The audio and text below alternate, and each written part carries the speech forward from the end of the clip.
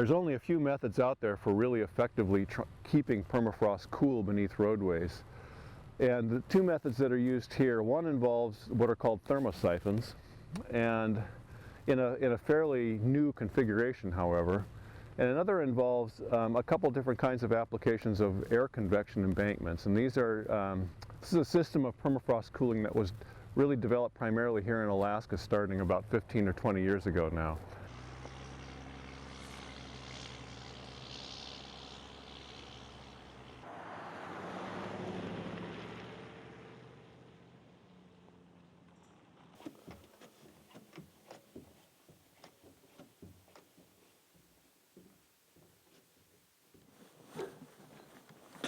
You could tell the distinct type of ice. You got the dark brown ice with the striations in it, and above it you got the clear ice or cloudy ice. But this is a cavity that was melted into the ice wedge itself. The tunnel gives us a kind of a snapshot of what it was like 40,000 years ago during the last ice age. And here's, see all these layers right here. So I could start, I won't do too much. Get your camera on there, but all I have to do is scrape this back a little bit, and then it just, so it's solid frozen ice. But look at this. This is grass. We have sedge people in here. People that specialize in grass just stay here for an hour, just clip, clip, clip, whisper, whisper, clip. You can still see the green in it. See how green that is? My hand behind it. This is probably 20,000 years old here. We're getting older as we go back to the tunnel.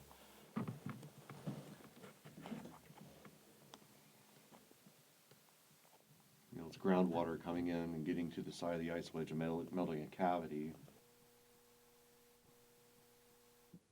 The tunnel became a perfect tool to understand what is permafrost, what's it all about, how to build on the permafrost. When we talk about permafrost, it's frozen ground, but it also has ice wedges, ice lenses. There's a lot of different features. Water from a surface at a different period of time. And this is what we're seeing now. Section of 4 ice wedges, and this is the gravels down here. And right above it we have the silt. The silt, what the miners would call muck. So the silt above us is really ice rich, lots of ice, lots of water. The gravel's right below it is really ice poor. I could come up to it and knock off rock. We're using these tools to help the Department of Transportation to better design their roads. Where do they need to put the money in for if the grounds are frozen? We're also helping runways. Runways are having problems now as things warming up. They're starting to degrade. The ice is melting underneath the runways.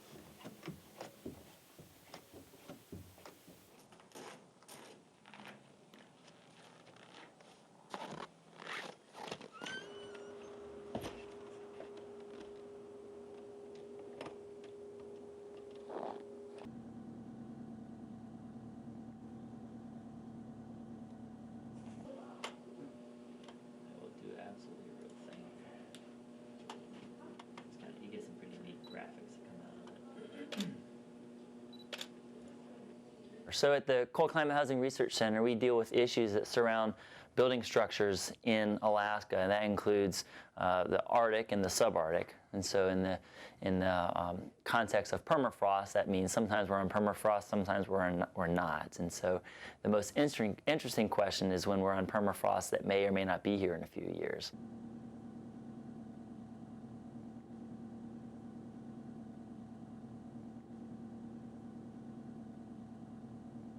We've got 4 homes, all on permafrost, with different foundation types, building envelopes, heating systems.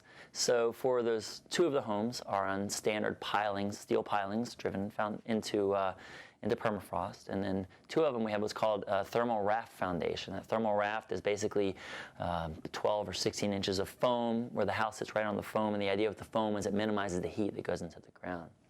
What's unique about that is we actually have some ducting underneath that foam foundation so that, of course, we're monitoring the ground with the question in mind, are we thawing the ground?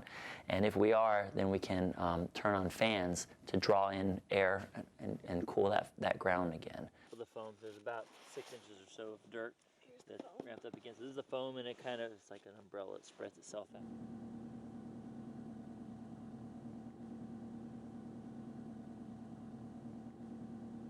And I would like to see, in Paris or whatnot, the discussions to be surrounded on the impacts that climate change has already had. And in Alaska, we have thousands and thousands of miles where we show the effects of climate change and how it's impacted on people and communities, especially with our native communities across the state. They're seeing it firsthand.